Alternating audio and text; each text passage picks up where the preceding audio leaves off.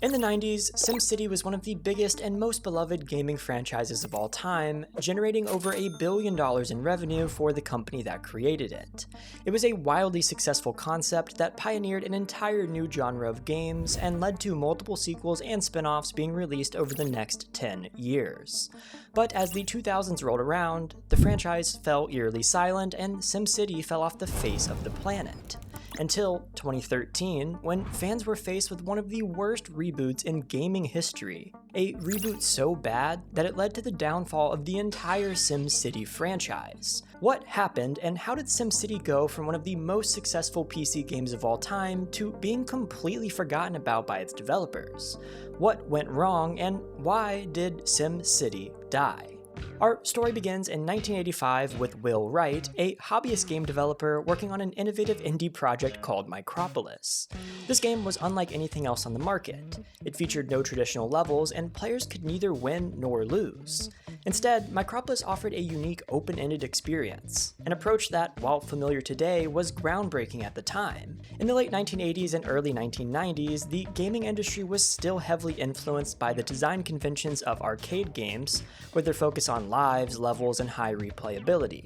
When Will completed this project and sought publishers to bring it to the market, he faced skepticism. Most believed that no one would be interested in a game that couldn't be beaten, a belief that would soon be proven wrong. But for now, Will Wright still wanted to publish his game, even without financial support. So he opted for a small, self-published release for the Commodore 64, and nobody played it. But that exact same year, Wright met a guy named Jeff Braun at a pizza party, and as they talked, they got the idea to create their own company to publish this game, now titled SimCity. This led to the creation of Maxis and laid the groundwork for a company that would go on to create multiple billion-dollar gaming franchises over the next few decades. The original SimCity officially released in February of 1989 for the Amiga, MS-DOS, and Mac OS. The fundamentals of SimCity, as you probably know it, were all presented in the first game. You created a city by placing roads, building a power grid, and denoting residential businesses and industrial zones. This was funded through the taxes you set, but you had to make sure not to set them so high that everybody moved away. And sometimes natural disasters would occur, so you'd have to scramble to recover from them every so often. There was also a mode called Scenarios, which tasked you with fixing some kind of problem with a custom-built city. This could be recovering from a natural disaster, reducing crime, or fixing the broken power grid. It was a way to cater to players who wanted a more goal-oriented kind of gameplay, and it incorporated a few historical events in a unique way. SimCity was very interesting for the time, and with how successful the franchise would later become, you'd probably think that the game did super well right off the bat. But that's not actually the case. It was off to a slow start with a loyal cult following and minimal mass appeal. That is, until Time magazine wrote about the game in 1990, which led to it absolutely exploding in popularity. At which point it got countless raving reviews and sold tons of copies, totaling up to 1 million sold by 1993. Half of those were thanks to the SNES port the game got, which happened after Nintendo approached Maxis about a port, not the other way around. Not only was SimCity commercially successful, it was incredibly influential on the industry. It demonstrated that games could take on many different shapes and sizes. They didn't all have to give you a clear-cut goal to be fun. Some especially took this lesson to heart, such as Sid Meier, who was directly inspired by the success of SimCity. Even crazier was the fact that educators, businesses, and even government departments started approaching Maxis requesting other realistic simulators. Rather than leaping straight into a SimCity sequel, Maxis set its sight on completely different Sim titles, such as Sim Life, Sim Ant, Sim Earth, and Sim Farm. The company was very focused on attempting to translate real-world ecosystems and businesses into video games. While this led to some rather unique titles, a lot of these games just didn't click with audiences the same way that SimCity did, and they struggled to sell many copies. So after a handful of flops, it was only natural that the company turned back to the one title that really clicked with audiences, SimCity. Given Will Wright's instrumental role in creating the original SimCity, you'd expect him to have spearheaded development of the sequel as well. Except that wasn't actually the case.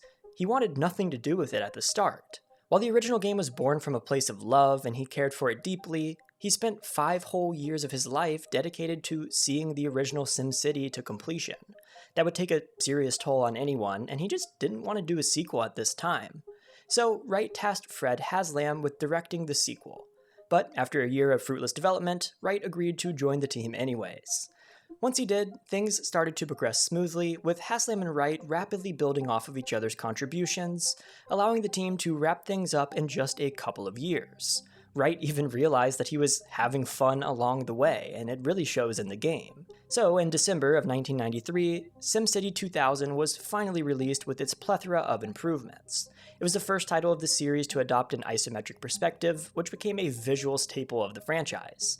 Things can now be placed on different elevations, with underground layers for things like pipes, subways, and roads. 7 new power plants were added, which brought the count from 2 to 9, allowing for more gradual progression and balancing the trade-offs of each energy source. Tons of new facilities like museums, hospitals, and whatever an arcology is were added. You also had more transportation options, finer budget controls, and more information available at your fingertips. It was a lot of new stuff, with shiny new graphics to depict it all more clearly than ever. The team had absolutely hit it out of the park, and the sales figures reflected that. From 1993 to 1999, the game sold over 1.4 million copies in the US alone. But rather than immediately working on yet another follow-up, Maxis opted to go back to the more experimental Sim series yet again. At the time, the company had started to accept funding from venture capitalists to allow them to expand. And the thing about these types of investors is that they expect constant growth each and every year, and they won't take no for an answer. The objective at the company started to become doing less with more and shipping game after game each year. These included not only sequels and spin-offs in the Sim series, but also a variety of experimental and educational games. For example, in 1995 alone, Maxis shipped titles like Spellorama, Tony La Russa Baseball 3, SimTown, and Full Tilt Pinball, among others. The release schedule was crazy, and it only got worse when on June 1st, 1995, Maxis made the company public. While this helped to generate over $6 million in new funding, there was now a board of ravenous shareholders to cater to each quarter.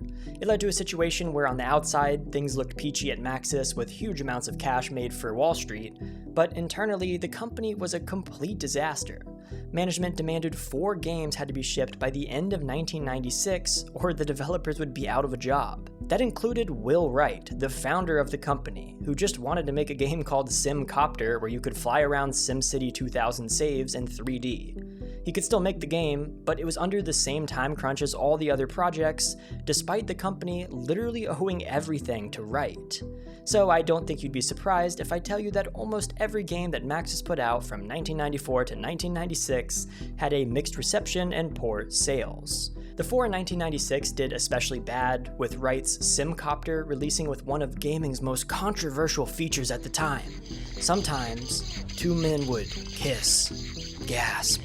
And due to the game's rush development, the programmer accidentally made it so that this rare event happened far more often than it was intended, leading to a great deal of outrage, given this was the 90s. If management had just given Wright the time and resources he'd requested to begin with, the whole controversy probably wouldn't have happened. Unsurprisingly, the company's finances were in shambles after all of this and their other failed releases that year. So they started going even lower, basically just throwing crap at the wall and seeing what sticks. This involved buying an obscure studio called Cinematronics to help create a full-motion video game featuring Edward James Olmos. They made a pinball video game and even launched a sports brand. To say they were aimless would be a heck of an understatement. By March of 1997, the company had hemorrhaged $2 million. They were backed into a corner and only had one solution: SimCity 3. Being backed into a corner because of large corporations is something that we're all too familiar with, especially when it comes to the insane prices that modern game publishers charge for games. That's why I'm excited to partner with G2A, the sponsor of today's video, to help you save money on video games. G2A is a massive global marketplace for games, gift cards, subscriptions, in-game items, and so much more. On the site right now, you can get every single SimCity game for just a few dollars. SimCity 4, for example, is currently $20 on Steam, and on G2A, I just bought it for $7 for the exact same thing. The site has over 35 million users worldwide, and I've been buying games from it for over 5 years now. It's extremely easy to purchase, using basically any payment method imaginable, and you get instant delivery all for an insanely low price. And if you want to pick up more than just the SimCity games that I'm talking about in this video, they're having a massive hidden treasure sale right now, with giant discounts on underrated gems, the types of games that I love the most. So check out G2A using my link in the description because it really is the best place to get games online, and it's something that I've been using for a long time. You can find the link in the pinned comment as well. Now let's get back to the story. Maxis needed SimCity 3 to be a success, but the industry had changed in the time since the last SimCity game. The Nintendo 64 made 3D the cool new thing, and as a result, executives wouldn't accept anything less in a SimCity sequel. That was a problem because a computer couldn't handle a fully 3D SimCity, not with the amount of detail that the game demanded. SimCity 3 would need to have every feature gutted for computers to handle the real-time calculations, which would make for the worst iteration of the game to date. Wright repeatedly did his best to explain that to management, but he was completely ignored, so the team did their best, acutely aware that the game would be dead on arrival. When the demo was presented at 1997's E3, audiences were not impressed. The trailer seemed to do its best to show as little gameplay as possible, and what was visible looked ugly, even for the time being. It was an embarrassing failure, and it would obliterate the company if released like this. There wasn't even a shred of hope on this path. So, I'm surprised I'm saying this, it was lucky that Electronic Arts were looking to enter the PC market at this time. They were already a billion-dollar juggernaut, so they knew a good deal when they saw one. They'd actually already courted Maxis in the past, but management had refused up until now in the hopes of reaching the same heights as EA and becoming an EA competitor of sorts. It was clear though, even to the thick-headed higher-ups, that this was not going to happen, so in June of 1997, they agreed to a $125 million acquisition. New management took over in the form of Luc Barthollet, a French engineer who had previously worked at EA's San Mateo studio. His first objective was to refocus the company. Maxis' new goal was to make high-quality PC games every few years and restore the legacy of SimCity. So he was horrified when he saw the sorry state that SimCity 3000 was currently in. He agreed that making the game 3D was a disastrous decision, and had the team start over from scratch, this time with a focus on returning to the series' roots. For the employees still on the team, this was the best news they'd heard in years. When 1998's E3 rolled around, the team showcased the new version proudly. As for what changed, well, there was a lot. A new element was introduced to the series in 3000 called waste management. The bigger your city got, the more trash you'd have to pay to get rid of. More buildings were susceptible to decaying with age, so you now had to maintain them. You could strike more robust deals with neighboring cities where you can offer an excess resource like water or power in exchange for cash, or you can pay to have them take your garbage away. Advisors were more informative, and the simulations only got more advanced. It was one heck of an improvement from what Maxis would have put out without EA. SimCity 3000 released to the public on February 1st, 1999. It was received well by critics, with IGN giving it a 9.0 and GameSpot giving it an 8.5. In its first 6 months alone, the game sold 1 million copies. By January of 2002, that had gone up to 4.6 million. It was the biggest success of the series to date, but would pale in comparison to what Will Wright was busy cooking up. In 1991, Will Wright's house tragically burned down. It was a traumatic experience for him, but the event planted a seed in his mind. What would a game simulating the life of an average person look like? The more he thought about it, the more he realized how complex our daily routines are. I don't think people realize how much tactical and strategic forethought goes into their daily lives. In essence, real-time strategy is our lives. So he thought about turning this into a real game. And while he was brainstorming, he frequently thought of this hypothetical game as a dollhouse, which isn't exactly wrong, but every time that he'd go to pitch it to Maxis, they were unimpressed. They dismissed him, saying that dollhouses were for girls, and girls don't play video games. Wright was faced with the exact same issue he had with SimCity in 1987, but this time it was the very company he started that didn't believe in his project. So very slowly, he chipped away at this new simulation project in his own time, hoping to one day get an opportunity to go all in on it. So he officially got to pitch this weird little thing called The Sims. And after the pitch, they were on board. Not just because they trusted that his judgment would lead to a hit, but because of how easy it would be to monetize. Right off the bat, they were thinking about the flood of expansion packs they could make for the game. So in a weird way, corporate greed is partly to thank for The Sims making it to shelves. As you probably already know, The Sims was one of EA's all-time biggest hits after releasing in 2000. It became the best-selling PC game in history at the time, selling over 6 million copies over the next few years. It got multiple sequels, which also sold millions, countless spin-offs, and thousands of dollars worth of DLC. Anyways, yeah, the series did pretty well, I guess. So much so that it kind of called into question why they should even bother with SimCity anymore. It was successful and well regarded, but compared to The Sims, it almost seemed like a waste of time. But maybe there was room for just one more game to see if it was truly worth it or not. In the years since SimCity 3000 was first conceived by Maxis, gaming technology had improved dramatically. Home consoles had upgraded to the next generation, and home computers were beginning to handle 3D graphics somewhat consistently. So the team felt it was finally time for the series to make the leap into 3D with SimCity 4. The game released on January 14th, 2003, and was received mostly positively, with the consensus a bit mixed between critics. Some, like those at GameSpy, felt that the game was much too difficult for casual players and that it suffered from subpar performance with the new 3D graphics. Others, like IGN's Tao Blevins, who had a master's degree in urban planning, felt that SimCity 4 was a huge step in terms of accurately simulating a city and was an improvement from the previous game on nearly every single level. But it was obvious. SimCity 4 catered to a more hardcore player base, which is why it only sold 100,000 units in the UK after 6 months. A small fraction of what The Sims was selling at the same time.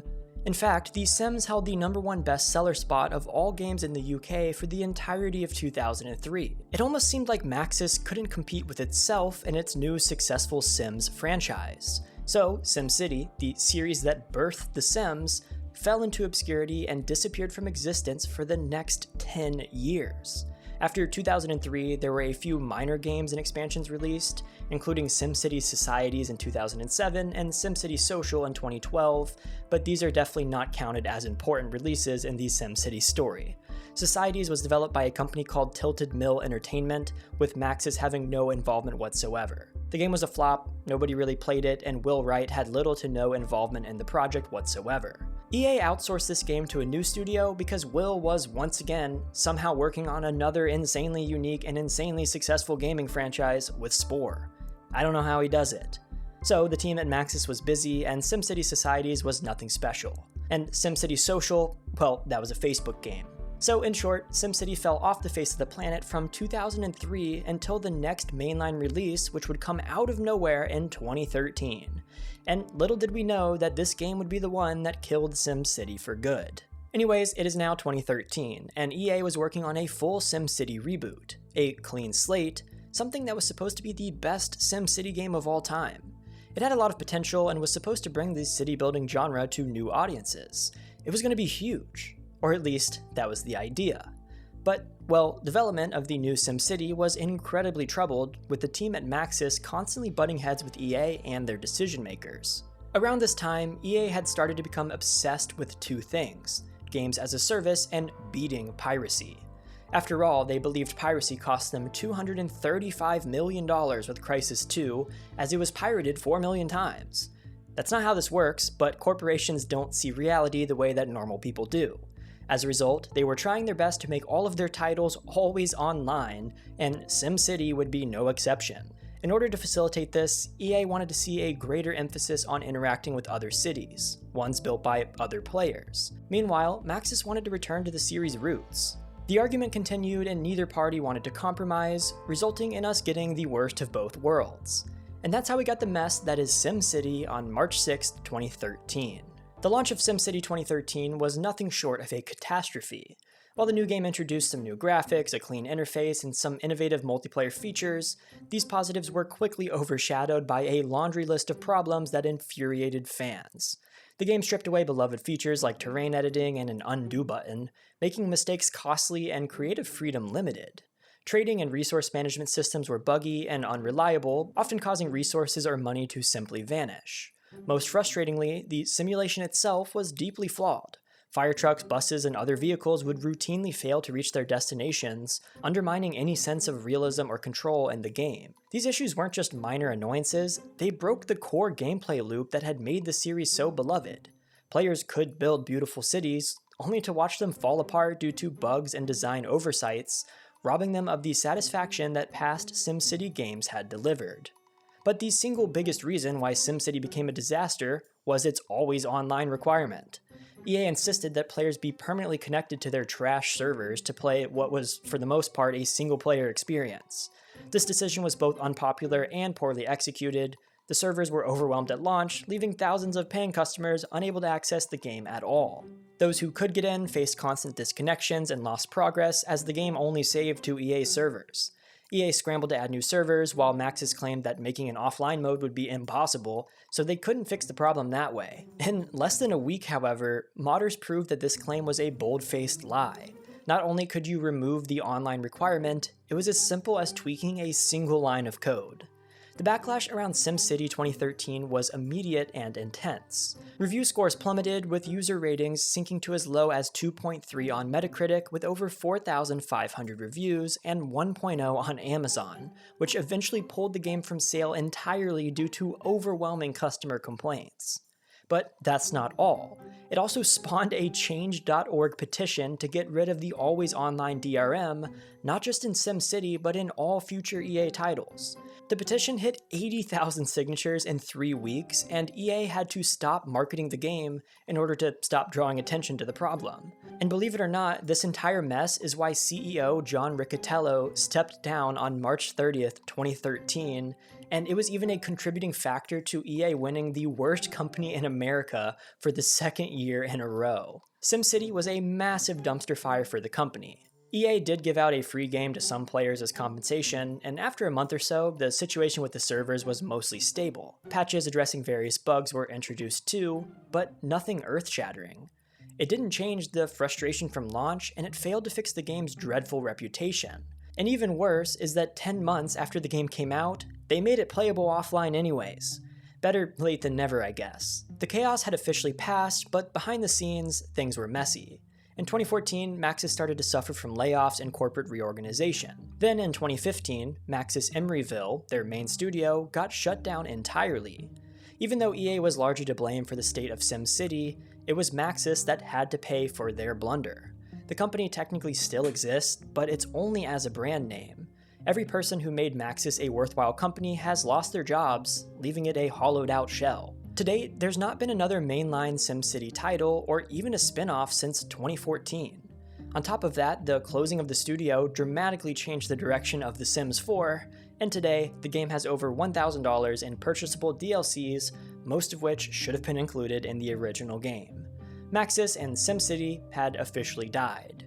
There was really only one good thing to come from this mess: a successor.